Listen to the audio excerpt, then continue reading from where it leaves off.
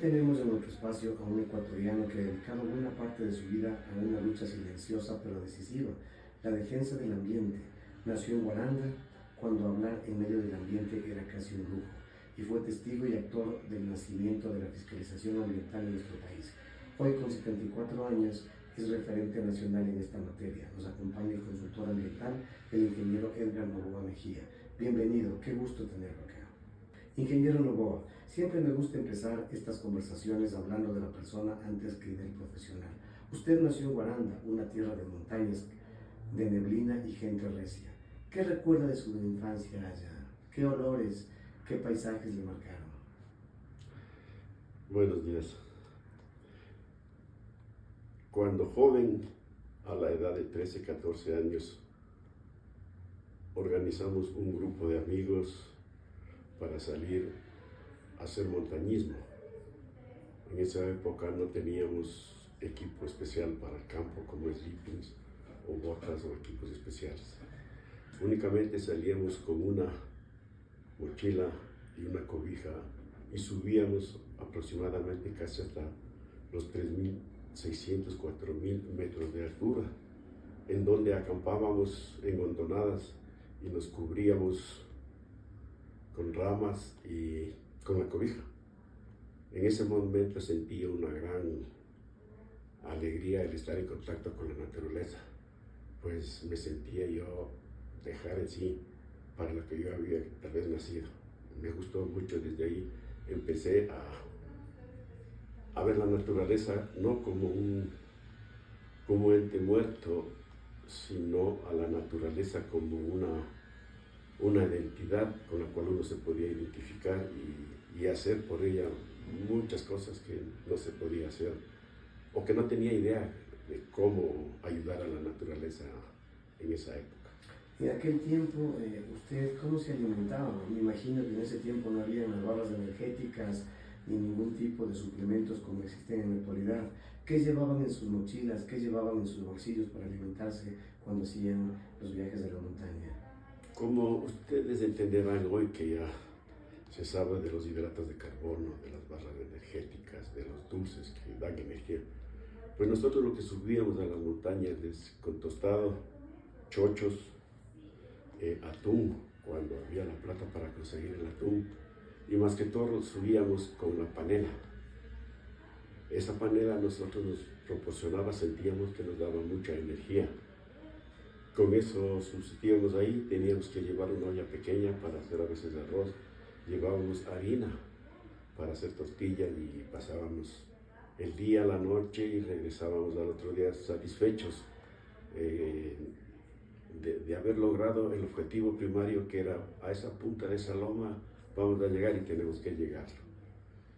Y para saber si nosotros estábamos llegando y avisar a los amigos que ya estábamos en la cumbre, en esas montañas, hacíamos las quemas con la ignorancia del caso, porque podíamos haber producido un gran incendio que en esa altura con el viento podría ser incontrolable, pero esa era nuestra ignorancia en esa época.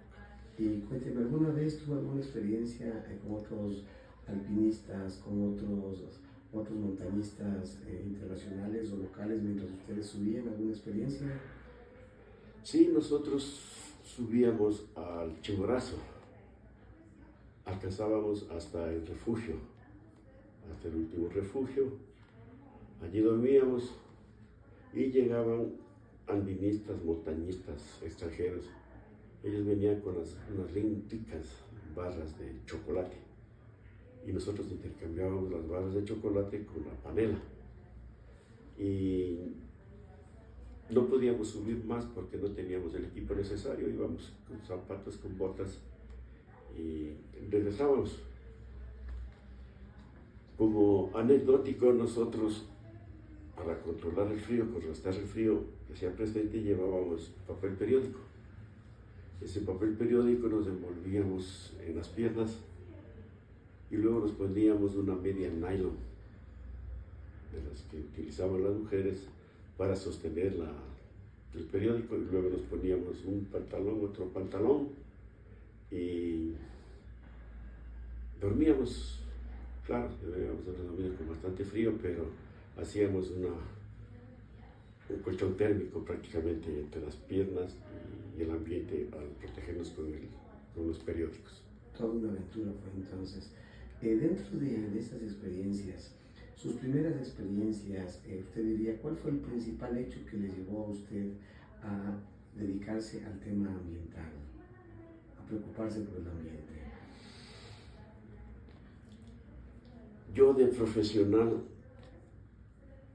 trabajaba en el Instituto Ecuatoriano de Electrificación y una de mis funciones era controlar la calidad del cemento que llegaba al proyecto Pauta. Y por nombres del contrato, pues ese cemento que no tenía especificaciones técnicas había que rechazarlo. Y a la final no sabíamos ese cemento rechazado hacia dónde iba. Entonces me preocupé de hacer el seguimiento y vi que ese cemento a veces regresaba y a veces se perdía en otro lado con la respectiva contaminación. Fantástico. ¿Quiénes fueron sus primeros referentes o maestros en temas ambientales? ¿O fue más bien un camino autodidáctica, considerando en aquel tiempo que no había la carrera ni la especialización en temas ambientales?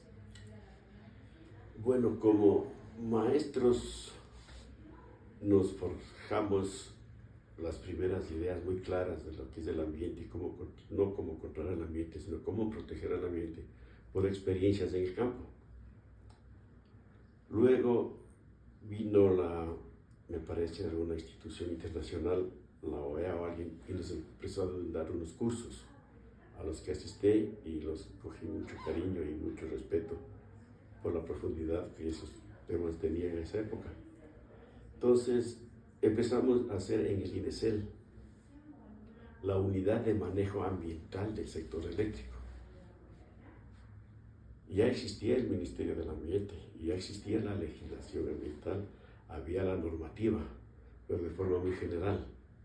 Nosotros como institución en esa época formamos ya la estructura como tal dedicada a la parte hidroeléctrica y a la parte de embalses, control de embalses, apertura de carreteras, todo lo que un proyecto hidroeléctrico requiere para construirse.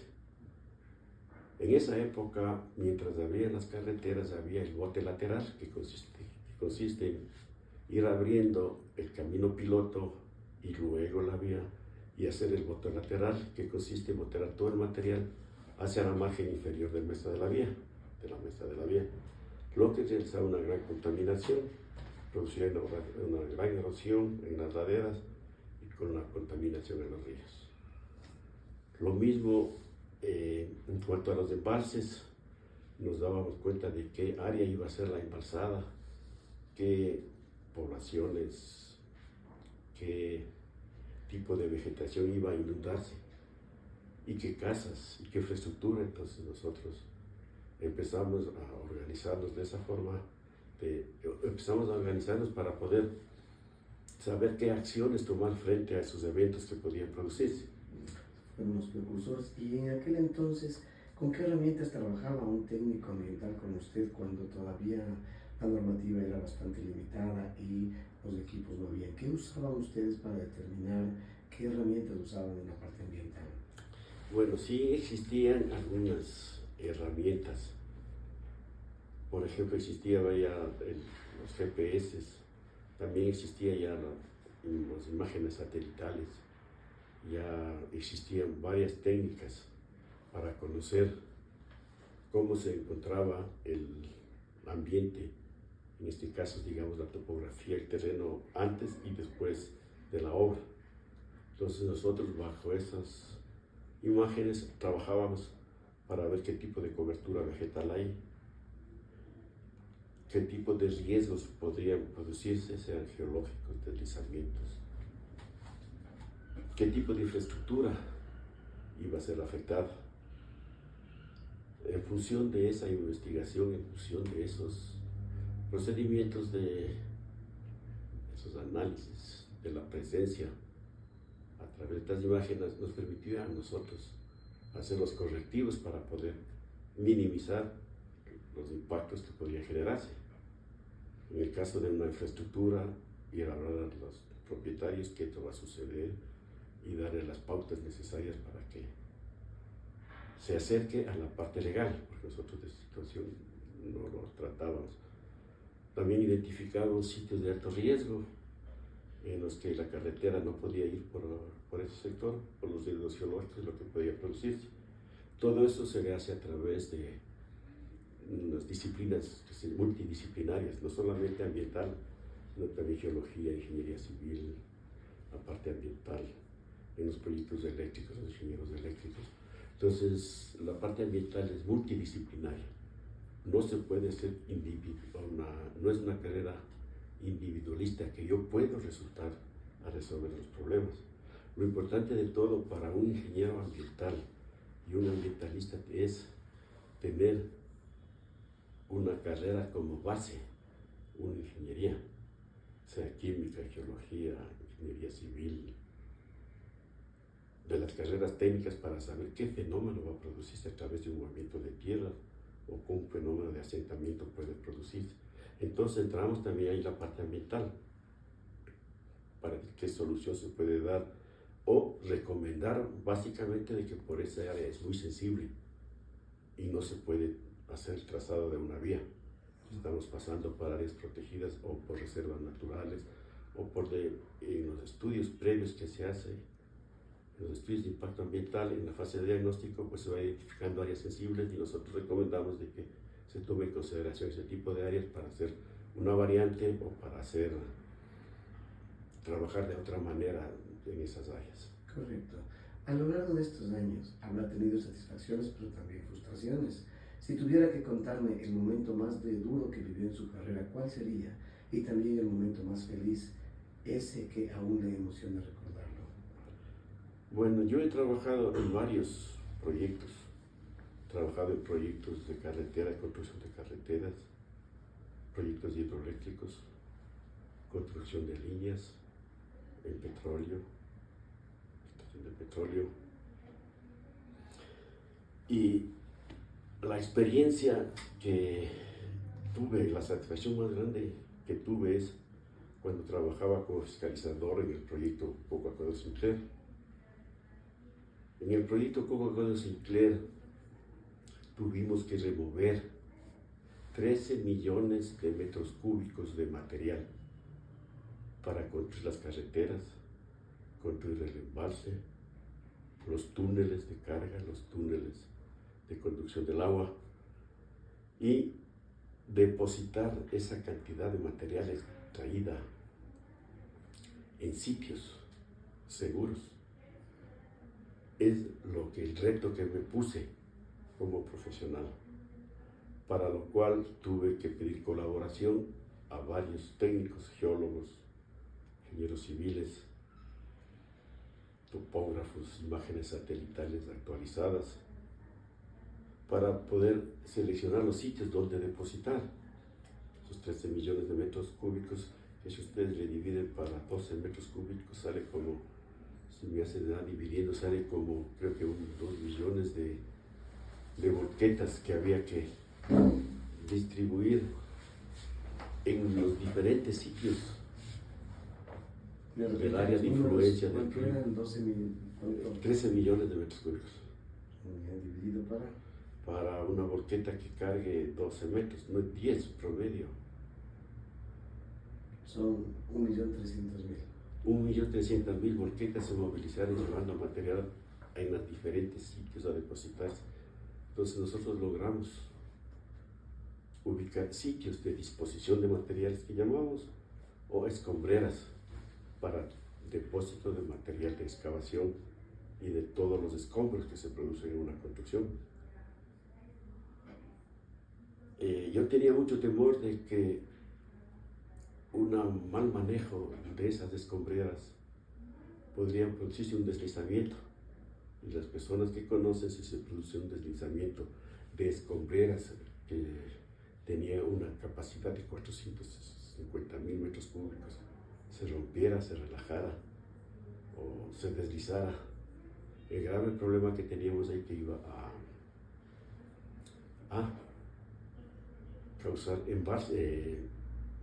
tapamiento de ríos, de quebradas, que se produzca un embalsamiento del agua, y al romperse ese embalse, esa presa, mejor dicho, que forma el embalse, aguas abajo podría tener graves consecuencias. Ese era el gran temor que tenía, pero como les cuento, todo salió muy bien y mi satisfacción fue cuando estaba trabajando en otro proyecto y vino una ingeniera ambiental que le han contratado o una compañía, mejor dicho, para que vayan a ver cómo estaban las escombreras. Y conversando sin saber que yo era la persona que había estado ahí a cargo de la fiscalización ambiental del proyecto, dice, si me voy, ingeniero, y ni sé ni dónde han sido las escombreras porque todo se ve ahora, todo natural. Esa fue una satisfacción muy grande, porque una escombrera se la realiza desde la deposición, la compactación, luego se siembra árboles pequeños, ¿no? Nacen, y ahora ya cuando se fue esta ingeniera de esta empresa no sabía dónde estaban las escombreras. Esa fue una satisfacción grande.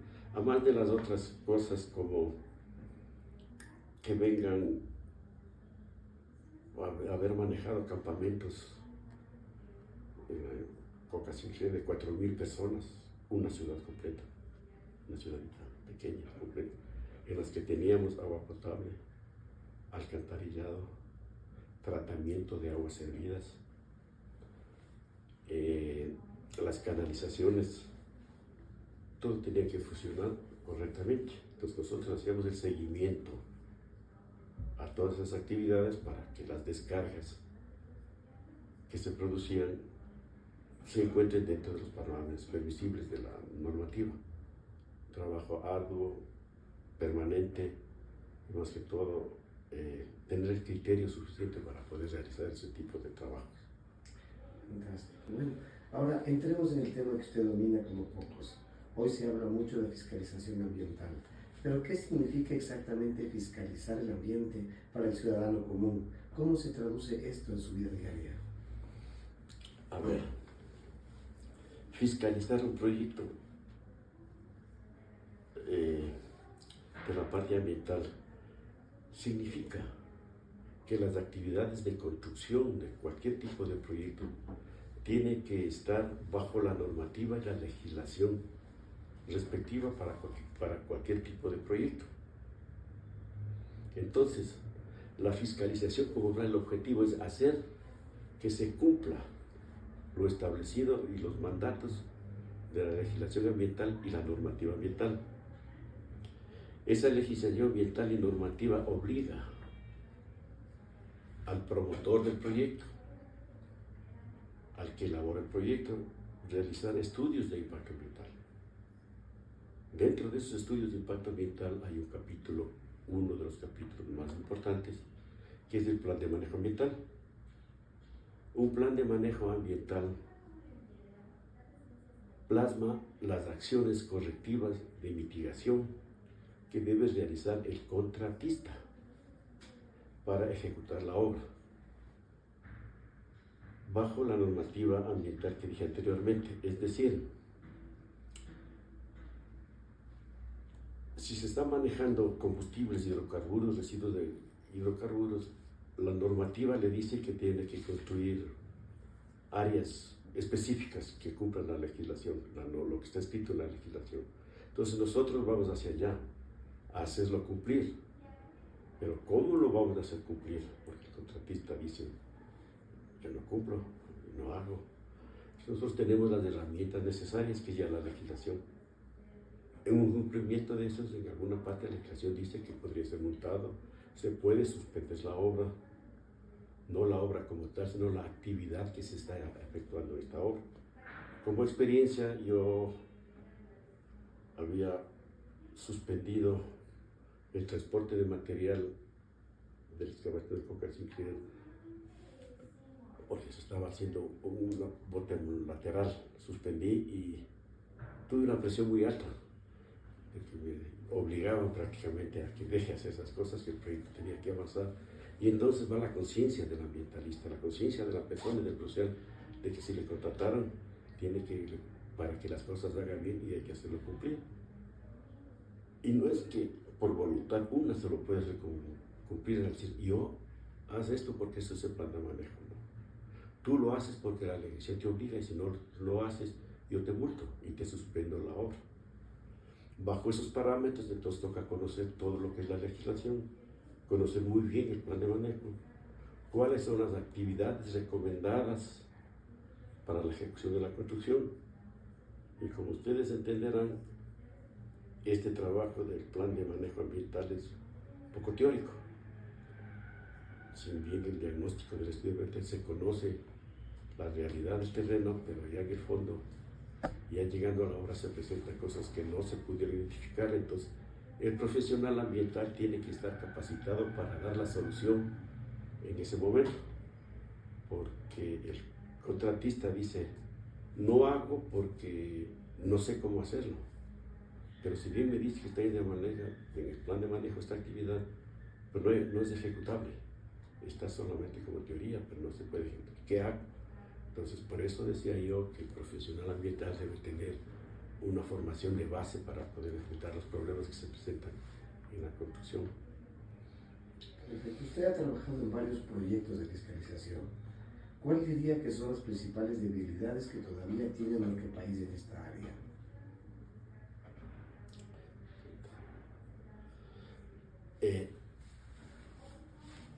Si empezamos, tenemos una legislación bastante buena. Tenemos una normativa prácticamente para cada actividad económica que se realiza en el país, cada actividad de construcción. Incluso tenemos legislación para una vulcanizadora, empezamos por lo más bajo, lo más chiquito que se puede hacer. El problema es su aplicabilidad, quién lo hace aplicar y quién lo fiscaliza y quién hace cumplir esa regulación ambiental. En los proyectos grandes se contrata fiscalizadores ambientales para ejecutarle de una u otra manera, lo estamos haciendo. La falencia es que el gobierno o los gobiernos como tales, no hablemos de gobierno, hablemos de la entidad rectora, el Ministerio del Ambiente, falta acción, falta personal de campo para que haga un seguimiento a las actividades contratadas a la fiscalización. ¿Usted diría que faltan profesionales formados en el área de fiscalización ambiental? Los profesionales, existen los profesionales, falta la voluntad política para hacerlo cumplir. Usted puede ver que si yéndome a cosas que no se deben tratar o decir, si hay la valentía para decirlo, pues hay jefaturas ambientales que por conveniencia no lo dejan ejecutar, no lo hacen y pasan sobre la fiscalización. Las falencias que tiene nuestra legislación son esas, la aplicabilidad, la falta de ¿qué diría yo?, de honradez en definitiva para hacer ejecutar las cosas. El resultado, voluntad. Fantástico. Cuando se habla de fiscalización ambiental, muchas empresas ven esto como un obstáculo, como ya lo mencionó usted, un costo, casi una traba para invertir. ¿Qué les diría usted? ¿Se puede compatibilizar el desarrollo económico y la fiscalización ambiental? Mi experiencia me hace comentar esto de una manera muy positiva, porque si usted ejecuta una obra y aplica procesos ambientales compatibles con el diseño, usted se ahorra mucho dinero, porque no tiene que volver a repetir las obras que esté haciendo por errores cometidos. Entonces, para mí la fiscalización ambiental es un apoyo directo al contratista de obra, porque este contratista tiene que apoyarse en la fiscalización ambiental para ejecutar bien su proyecto. Por ejemplo, un ejemplo muy práctico, cuando uno se está construyendo necesitamos material de base, su base, para ponerlos en la vía. En la legislación ambiental hay un punto en el que dice que para explotar esa mina se debe reunir, el material reúne ciertas cualidades y debe tener el permiso de funcionamiento ambiental de esa cantera para explotar el material. Entonces la fiscalización ambiental sigue ese procedimiento y verifica que esta cantera o esta zona de crecimiento tenga procedimientos ambientales para la extracción del material y tenga su permiso. Con eso, el profesional que hace la construcción y el contratista de la obra se asegura de que no va a tener problemas en el futuro con la fiscalización técnica. Esos son apoyos muy importantes y se puede nombrar, por ejemplo, en el tendido de una red eléctrica de alta tensión, indicarle al constructor, en este caso de la obra, porque todo ya está aprobado los diseños, de que ese sitio no es factible pasarlo por las condiciones ambientales adversas que pueden presentarse frente al tendido de los cables. Eso es una coyuntura mutua que se tiene que trabajar. No es un obstáculo, es una ayuda para el contratista. Fantástico. Y usted, en estos tiempos de cambio climático, la fiscalización ambiental cobra un sentido aún más urgente. ¿Cree que estamos preparados desde lo técnico y lo institucional para responder a los nuevos desafíos ambientales que nos vienen encima? Bueno, partiendo de la contaminación ambiental, el cambio climático, todos sabemos o debemos saber, o si es cierto, ¿no?, de que se produce por la emisión hacia la atmósfera de elementos contaminantes. Una vez que esos elementos contaminantes están en la atmósfera, se produce el fenómeno del cambio climático, porque del ozono, que se daña el ozono, que más, que la presencia de CO2. Pero la pregunta que usted hace, como fiscalización frente a la presencia del cambio climático, las acciones que se deben tomar no las tengo claras realmente, porque es un fenómeno que se escapa de la fiscalización. Como usted dice, fiscalización ambiental es que se ejecuten las actividades y las obras para cumplir un plan de manejo y cumplir la legislación. Pero frente al cambio climático, la fiscalización, como fiscalización, no tiene mucho que hacer, pero como profesional ambiental hay mucho que hacer con eso. Ingeniero Novoa, usted tiene 74 años, una vida dedicada al ambiente. Si pudiera volver atrás, ¿cambiaría algo en su camino profesional o lo volvería a recordar tal cual? Sí, volvería a hacerlo, pero mejorar, porque con la experiencia que tengo ya, volver a trabajar en grandes proyectos, se bajaría la responsabilidad porque ya se tiene experiencia, o sea que sí volvería yo a trabajar, y sí, en ese sentido. Perfecto. Mucha gente joven hoy estudia carreras ambientales. ¿Qué consejo les daría a esos chicos y chicas que quieren dedicarse a esto, pero a veces se topan con falta de trabajo o con sistemas burocráticos difíciles?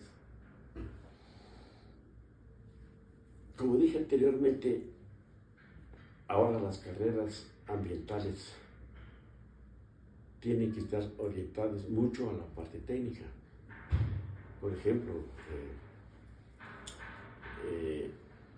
si tiene la profesión de base de ingeniero químico, es muy fácil, por ejemplo, para él hacer una modelación matemática de un penacho, de una chimenea, que sale y se forma el penacho, y sabe dónde va a contaminar, porque tiene la formación básica de los modelos químicos. Entonces, el ambientalista tiene que estar orientado a que en el campo se le va a presentar ese tipo de problemas. Si le preguntan a usted, le dice, vea, voy a tener una planta, voy a producir energía de 300 megavatios en una planta térmica que voy a consumir diésel de tipo C o cualquier otro, y quiero que usted me haga me modele un diseño para ver dónde va a ir mi contaminación en el caso de generarlo. Entonces ya tiene que tener esos conocimientos. Y además recomendaría a los jóvenes que la formación ambiental hay que leerla de todo. Hay que saber un poco de geología, un poco de química, los conceptos básicos de todo, las materias técnicas, porque de lo contrario, en el campo se van a tomar con problemas que a veces no se los puede resolver si no se tienen los conocimientos necesarios. Muy bien. Ahora, ingeniero Novoa, usted es profesor docente de un programa de fiscalización ambiental. ¿Nos puede comentar en qué consiste este programa, cuáles son las expectativas del programa y, sobre todo, que es un producto práctico, que es un curso práctico? ¿Nos puede comentar, por favor? Sí, claro. A ver, este curso está orientado específicamente para realizar una fiscalización completa. La fiscalización ambiental, el objetivo es hacer cumplir la legislación ambiental, la normativa, los planes de manejo, los contratos que se firman entre el ente rector, al financista, al promotor del proyecto, al contratista, a la fiscalización. Hay una serie de contratos. Dentro de esos contratos hay cláusulas ambientales que deben ser evaluadas y cumplidas por el contratista y por el dueño del proyecto, el promotor del proyecto. Entonces, el objetivo es hacer cumplir todo esto que está normado. Para colar en este curso se van a realizar, o se realizan, se presentan matrices de evaluación y cumplimiento de todas las acciones y medidas que se deben ejecutar en la construcción del proyecto, para la cual nosotros hacemos matrices de control y seguimiento de la legislación, de la normativa, del plan de manejo, del estudio de impacto ambiental, de las cláusulas contractuales, del contrato de construcción, de las cláusulas contractuales, del contrato de fiscalización, de las cláusulas contractuales, incluso de los términos de referencia. Porque es muy importante, porque es importante hacer seguimiento a todas las cláusulas ambientales, porque cuando se presenta un problema en el campo, un problema ya técnico, legal, si usted no ha hecho ese seguimiento a esas cláusulas de los contratos, entonces está en un grave problema, en un grave riesgo. En este curso nosotros intentamos y les damos cómo elaborar estas matrices, cómo hacer el seguimiento. Una vez que elaboramos estas matrices, van a ser aplicadas en el campo, su aplicabilidad al campo. En reuniones permanentes que se hacen entre el fiscalizador del contratista y el fiscalizador ambiental, se hace este seguimiento y en este seguimiento se ve qué es lo que no se ha ejecutado. Entonces, nosotros elaboramos también otra matriz, podríamos decir, de las inobservancias que no se han ejecutado, de lo incumplido. Entonces, luego de haber identificado todos estos no cumplimientos, elaboramos una nueva matriz que se llama una matriz de cumplimientos y nosotros le damos el nombre de un plan de acción. En este plan de acción nosotros ponemos el no cumplimiento, la fecha de elaboración y la acción que debe ejecutar en el caso de que en el plan de manejo no conste ninguna actividad para poder mitigar ese impacto que está produciéndose en la construcción. Con todas estas herramientas nosotros elaboramos ya después un informe. Ese informe mensual que hacemos nos da el conocimiento necesario, nos da las bases para saber qué porcentaje de cumplimiento del plan de manejo y de las legislación ambiental estamos ejecutando. Y vemos si estamos bajos, buscamos las razones del por qué, si estamos bien, nos felicitamos. Una vez realizados estos informes, nosotros cumplimos y luego viene la Contraloría evalúa, perdón, el Ministerio de Ambiente como ente rector evalúa estos avances e emite su informe. En ese informe a veces es positivo o negativo, hay que volverlo a ejecutar, hay que volverlo a hacerlo. Luego tenemos unos informes trimestrales que tenemos que elaborarlos. Estos informes trimestrales que son presentados al Ministerio del Ambiente también son evaluados. Y así tenemos que llegar a un cumplimiento alto en porcentaje de ejecución de las obras y actividades que deben realizarse para el control ambiental. ¿Usted diría que el estudiante que toma este curso contaría con todas las herramientas necesarias para complementar su carrera de base para poder manejar adecuadamente un proceso de fiscalización ambiental? De hecho, este curso está orientado hacia su objetivo. El profesional que toma este curso va a tener las herramientas y el conocimiento y más que todo va a nutrirse de las experiencias personales que hemos tenido en el campo, que eso es lo importante. Porque si bien aplicamos la legislación, pero la experiencia en campo es diferente. Esas experiencias se los traduce a través de ejemplos, a través de nuevas matrices de algunos procedimientos que se ejecutaron durante la construcción de cualquier proyecto que se esté fiscalizando. Fantástico. Para terminar, ingeniero, ¿cómo le gustaría que lo recuerden? ¿Como un técnico, un ambientalista, un maestro, un defensor de la naturaleza? Como una persona que trabajó para, ¿cómo me puedo decir? Está difícil, profesional, no, pero como una persona honesta que quiere que las cosas se hagan, que se ejecuten. Y para tener esta,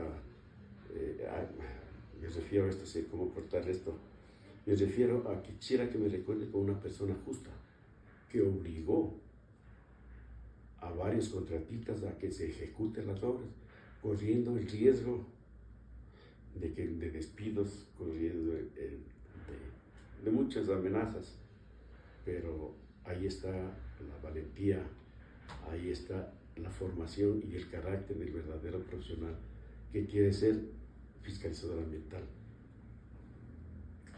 Gracias por esta conversación tan franca y tan rica. Ha sido un privilegio escucharle y aprender de su experiencia. Muchas gracias.